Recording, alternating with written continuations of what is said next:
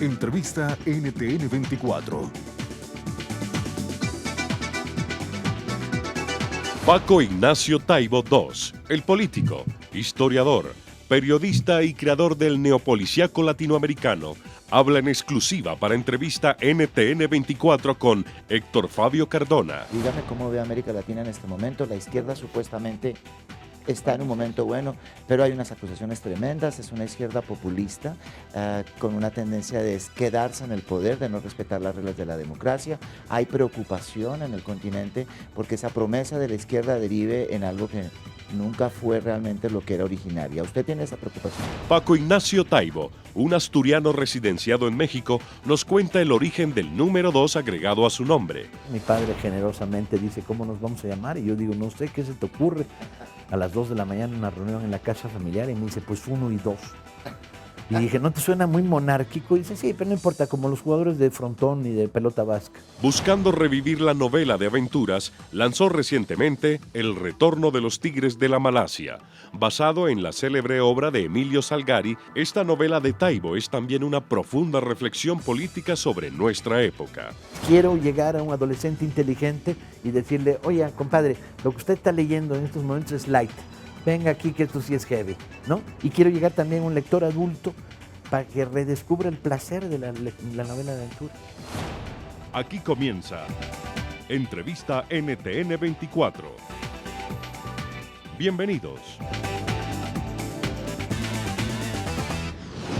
Como vieron, hoy estamos con uno de los escritores más interesantes y prolíficos de América Latina, Paco Ignacio Taibo II. ¿Cómo está usted? Mil gracias por acompañarnos en el NTN 24. Está usted por América Latina promocionando su última novela. Ya hablaremos de ella en la tercera parte de nuestra entrevista, pero quisiera primero preguntarle un poco sobre usted. A usted lo llaman el padre de la novela negra de América Latina. ¿Todavía se siente el padre de esta novela? Pues hubo una época en mi vida en la que yo era el dueño de la novela policíaca latinoamericana. Había 20 libros publicados en 4 o 5 países y de los 20, 12 los había escrito yo, entonces ganaba por goleada, no por calidad. Y entonces de alguna manera era el fundador del género o una de las figuras que lanzó el neopolicíaco en América Latina. Bien, el neopolicíaco es esta historia de aventuras donde hay un detective que descubre una trama compleja frente a un crimen, un hecho de ese tipo. Sí. ¿O su novela tiene algún cambio en eso? No, yo creo que era eso y algo más. Es cierto, era una novela de detectives o de policías o de periodistas metidos a investigar. El centro era un crimen, el centro era una historia criminal. Pero el neopolicíaco en América Latina tenía algo más. Tenía una revisión de las grandes ciudades de América Latina, Bogotá, Buenos Aires, La Habana, Ciudad de México, y una construcción de las grandes atmósferas urbanas. Luego tenía una visión social que no estaba en el policíaco norteamericano, era mucho más radical y profunda entre nosotros, los que empezamos a escribir literatura negra, que era, el crimen viene de arriba, no viene de abajo. El crimen es un problema de Estado, es un problema de corrupción policíaca, de sistemas carcelarios que no sirven, de paramilitarismo, de banqueros que en una noche hacen la tragedia de 100,000 familias, ¿no?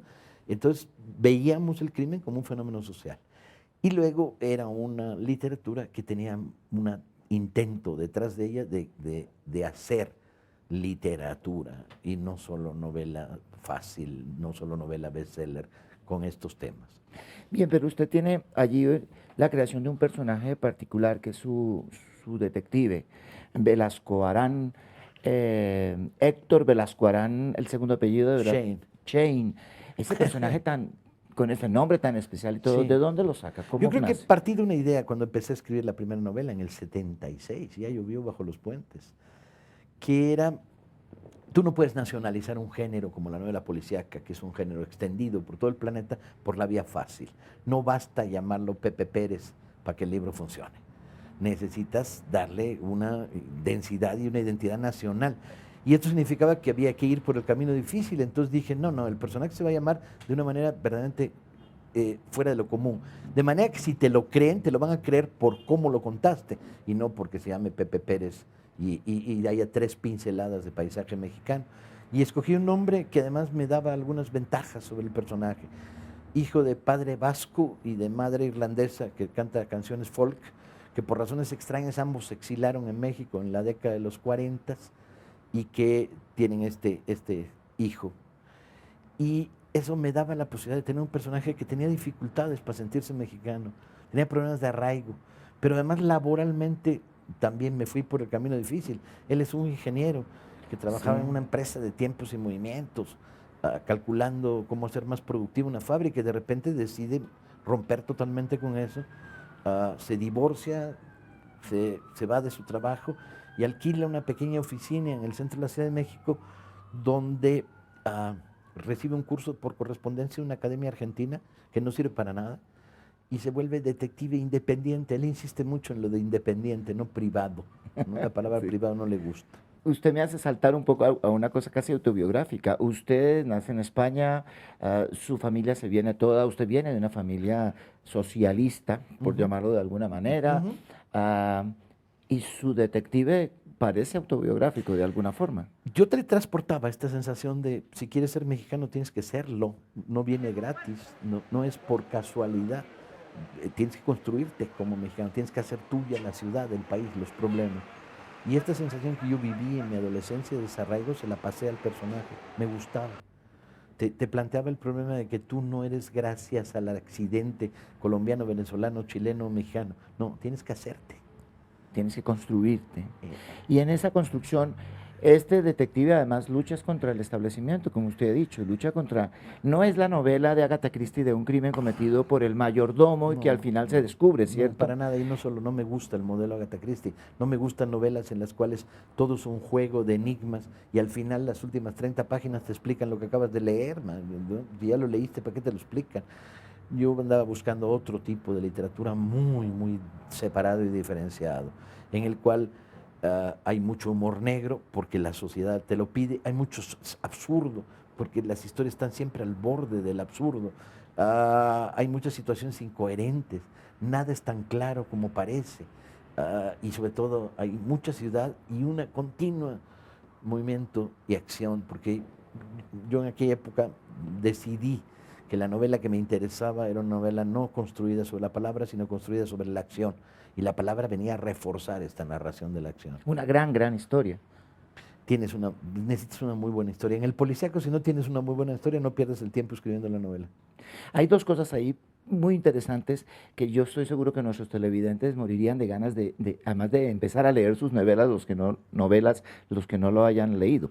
Una, trasladar este género policíaco que siempre ha sido atractivo, pero a una realidad latinoamericana mucho más compleja, con unos grupos de crimen peligrosísimos, donde además el crimen, dice usted, viene de arriba, viene de otros lados, no es una pequeña historia de un crimen cualquiera, y entonces eso la enriquece muchísimo.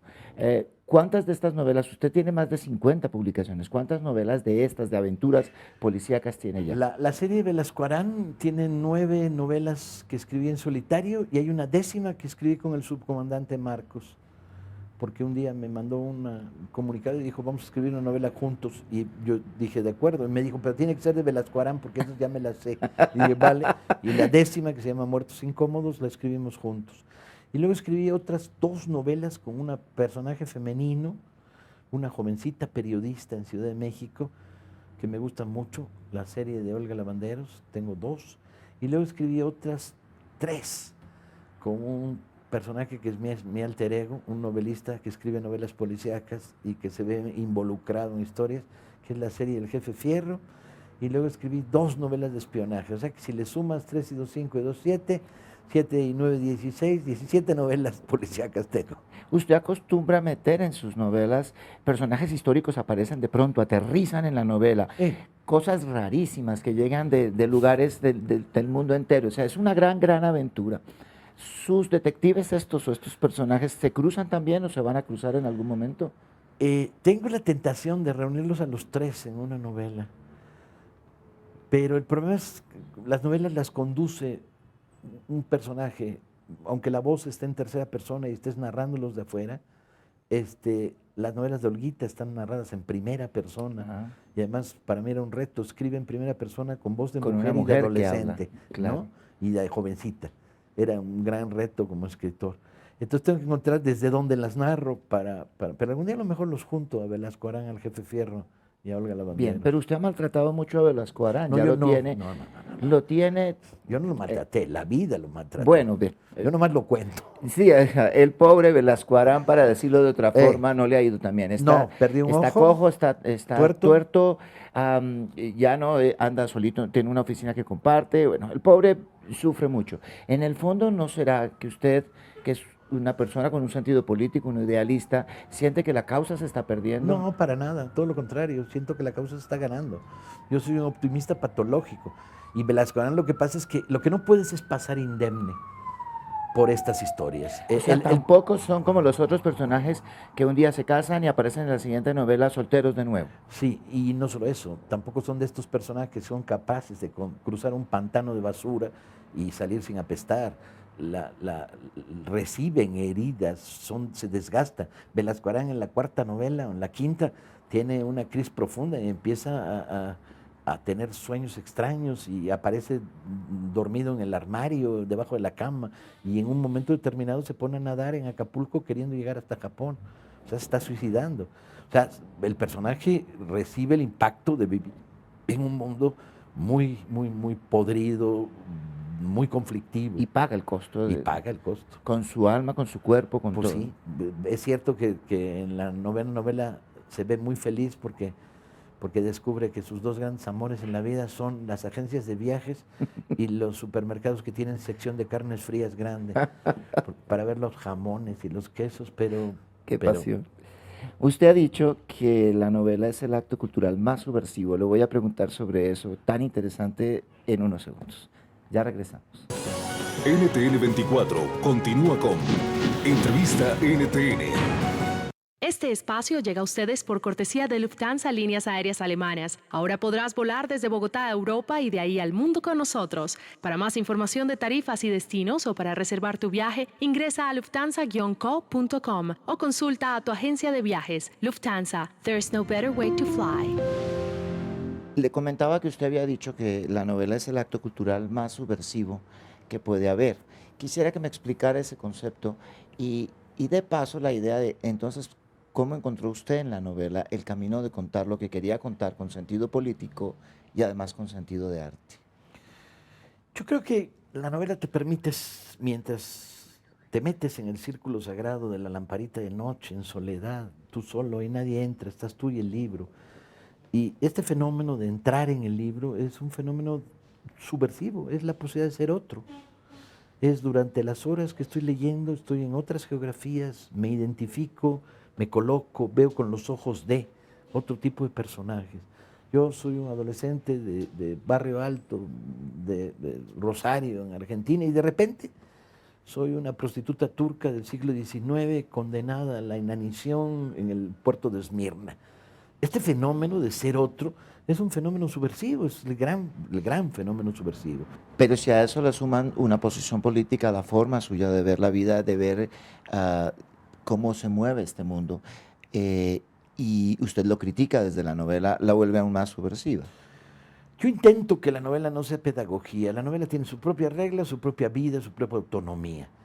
Cuando quiero salir a la calle para protestar contra lo que no me gusta en la sociedad en la que vivo, salgo a la calle, y salgo frecuentemente a la calle. Pero cuando escribo, me muevo en un mundo con otras reglas autónomas. Ahora, soy el que soy, y esto no lo oculto. Soy alguien que tiene una visión ácida de la sociedad en la que vive, que tiene un humor negro potente que me ha cultivado la vida por ser mexicano. Soy el que soy y cuando escribo cuento desde el que soy. Trato que la historia tenga su propia vida y no trato de huir de cualquier forma de pedagogía o de panfleto. Cuando quiero hacer pedagogía o panfleto, lo hago, escribo un artículo, escribo un panfleto. Pero cuando quiero hacer novela, respeto las reglas autónomas y la vida autónoma de la novela. Y sí, tiene una carga política, pues sí. Pues sí. Bueno, pero cuéntenos entonces, esa carga política viene de toda su familia, su papá, su abuelo, la venida de España. Sí, viene de ahí. ¿Qué queda de todo eso? No, viene de ahí sin duda, viene de una familia de izquierda. Yo era un niño de izquierda, a los 5 años yo era un niño de izquierda. Yo era un niño que decía, los banqueros son feos, los pobres son a toda madre, y lo sigo diciendo a los 61, no he cambiado de opinión. En 50 libros que he escrito solo hay un banquero simpático. ¿Cuál? Y eso, el de la nueva novela, un el de la que vamos a personaje hablar. llamado Lazarito, que es banquero y amigo de José Martí, le financia sus obras clandestinamente y es el banquero de dos piratas. Es un banquero subversivo. Pues es un banquero muy sui generis, uno solo en 50 novelas. Bien, pero y en la llegada a México, su papá empieza a trabajar en televisión, luego se dedica a escribir, también a participar en política, y es cuando ustedes dos deciden llamarse Uno y Dos. Cuando yo empiezo a publicar, mi padre generosamente dice, ¿cómo nos vamos a llamar? Y yo digo, no sé, ¿qué se te ocurre? A las 2 de la mañana una reunión en la casa familiar y me dice, pues Uno y Dos. Y dije, ¿no te suena muy monárquico? Y dice, sí, pero no importa, como los jugadores de frontón y de pelota vasca, Uno y Dos. Y desde ahí, desde ese día él empieza a firmar sus artículos periodísticos con Uno. Con el Uno. Y usted a partir de ahí con el 2. A partir de ahí yo soy el 2. Bien, usted también es historiador. ¿Por qué le gusta la historia? Parecieran dos géneros casi irreconciliables, ¿no? Esto de escribir estas grandes aventuras. Y el historiador no se supone que es una persona más fría, que tiene que macear y manejar los datos históricos con gran precisión. Sí, precisamente por eso, porque me permite moverme en dos mundos y cuando me agobia, me agota uno, me paso al otro. Y cuando de repente digo, ya no más creación, estoy perdido, ya la novela me agotó. Entonces digo, ay, la historia, el orden, la organización del material. Y cuando de repente digo, no quiero ver una sola ficha más en los próximos 10 años, vuelvo a la novela. Juego moviéndome Es pasar del rigor un poco a la creación. Pero es pasar del rigor de la información precisa al rigor de la creación fantástica. Bueno, rigor en ambas, claro, pero el uno es la información exacta, histórica, precisa, que interpreta lo que pasó, y el otro es la libertad de la creación. Pero el humor negro, su espíritu y todo está en ambos. Me acompañan en ambos, porque cuando hago historia, hago una historia muy rigurosa, pero también muy narrada, muy narrativa. Usted también es el padre de un encuentro maravilloso que hay en Gijón, España, que se llama la Semana Negra, que ahora asiste más de 1,5 millones de personas.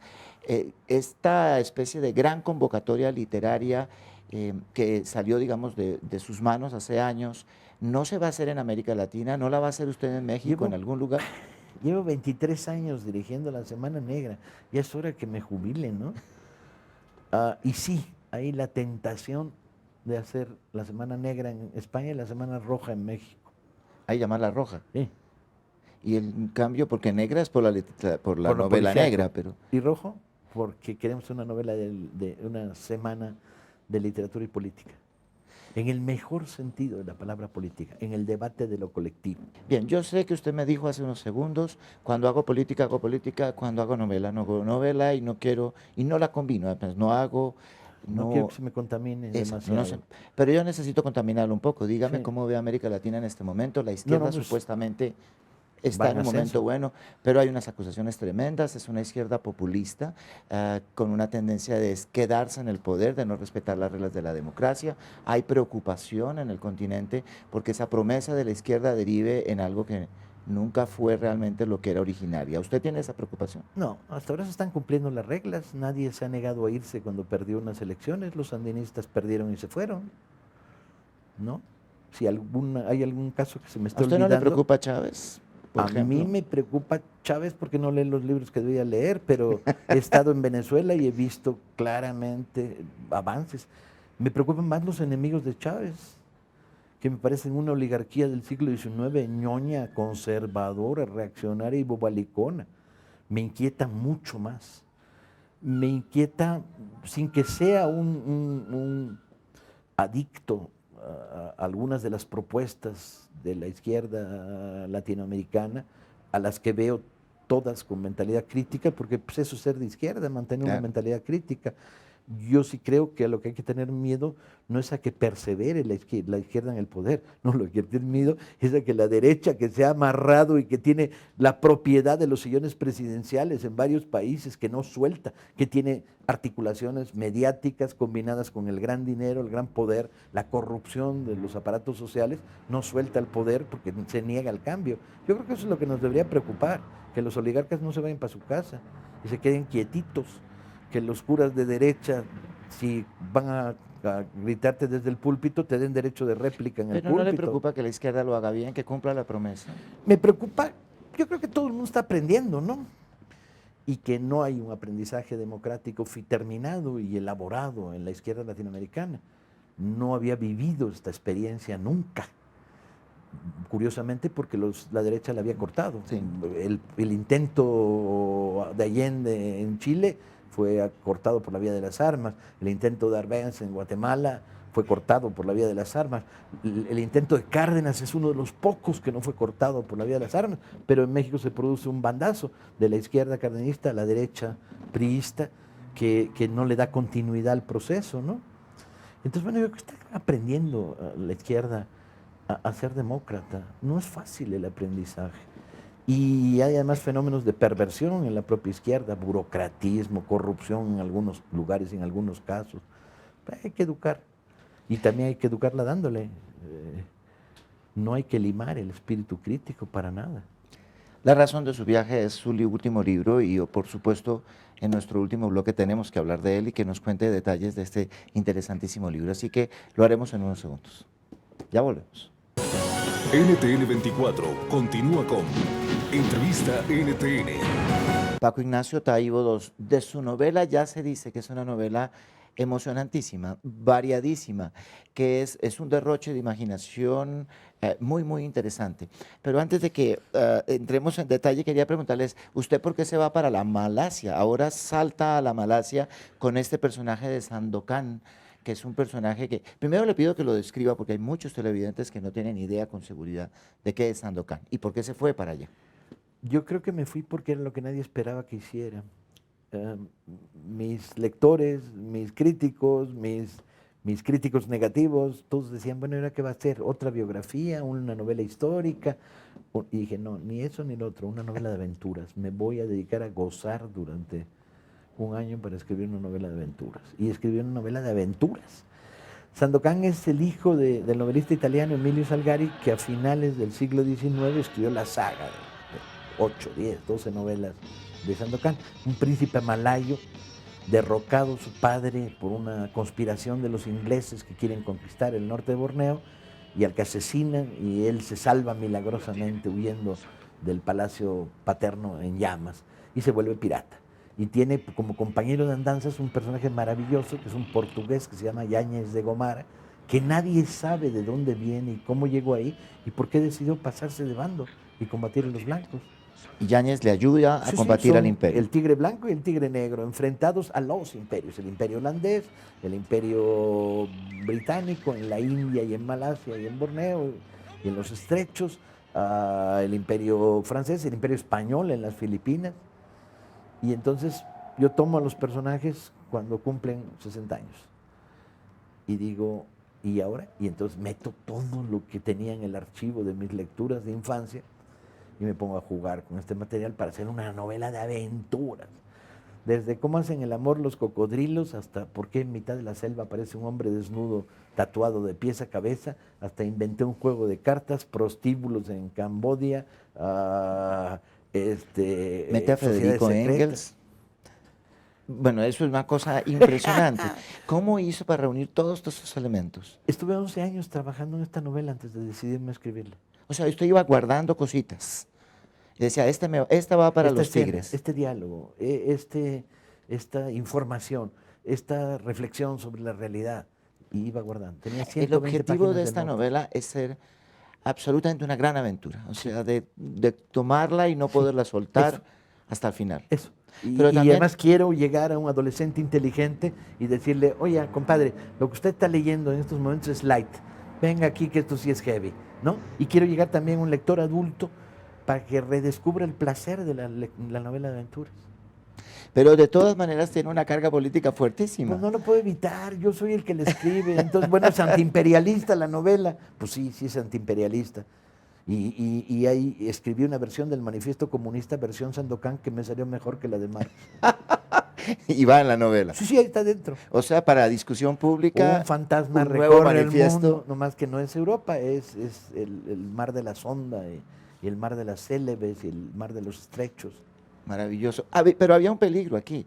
La saga es una saga famosísima. Había otros escritores que también cogieron estos personajes y escribieron. Digamos, original la idea no parecía, en el sentido de que usted se metía en un camino donde ya había habido éxito y donde ya había habido novelas. Sí, ahora el reto era, haz una novela mejor que las de Salgari. Ese era el verdadero reto. Tienes una comparación que te mata. ¿Y lo logró? Yo digo que sí, que es bastante mejor. Con todo el amor que le tengo a Emilio Salgari. Sus lectores son entonces jóvenes, Sí. adultos, Sí. gente a la que le gustaba la novela y que quiere recuperar ese. Sí, y todo aquel esa que quiera emoción. pasarse 4 días sentado al borde del asiento diciendo, ¿y ahora qué va a pasar? ¿Y ahora qué va a pasar? El placer de la novela de aventura. Retornamos como sombras. Usted dijo que con esa novela había llegado a la madurez de su género, es decir, que usted ahí había puesto todo lo que usted sabía en la construcción De literaria. una novela Bien, policíaca. ya había llegado a semejante nivel de madurez, sale con esta novela divertidísima. ¿Esto que es ya un divertimento de alguien que logró la madurez o esto es otra cosa? No, la palabra divertimento no me gusta. No, es una novela extraordinariamente trabajada, es seria. Y seria en el mejor sentido de la palabra. Cada diálogo está buscado y pensado. Cada aventura de las que hay. Es el intento de darle a la novela de aventuras mayor peso, mayor sabor y al mismo tiempo el mismo goce. Bien, no puedo despedir esta entrevista sin preguntarle de esta nueva tendencia, digámoslo, si se lo puede llamar así. ¿Podemos esperar que usted nos traiga a Calimán, a El Santo, a Arandú, a esos personajes, y algunos tan sentidos en México y tan importantes? No se va a meter nunca por ahí. No por ahora. Tengo 20 libros empezados, tendría que terminar alguno de esos 20. Y entonces, Speedy González, ¿para dónde va al final entonces? El problema es que cuando digo tengo 20 libros empezados, tendría que acabar uno de los 20, luego escribo el 21, nunca sé qué va a pasar. ¿Cuánto? Escribo con libertad porque mis lectores me han dado de comer durante estos años y me dejan seguir comiendo, me dejan escribir lo que yo quiero. Mis editores ya ni se toman la molestia en sugerirme nada porque saben que no les voy a hacer caso. Y en ese sentido, el próximo libro pues es de cocina lenta, a ver qué sale. Qué maravilla. ¿Es usted un hombre feliz escribiendo? Sí, absolutamente. Mil gracias por habernos acompañado aquí en NTN 24. Que vuelva. Volveré. Muy amable. Y a ustedes mil gracias por su compañía. Y como siempre, están invitados a nuestra próxima entrevista NTN 24. Entrevista NTN 24.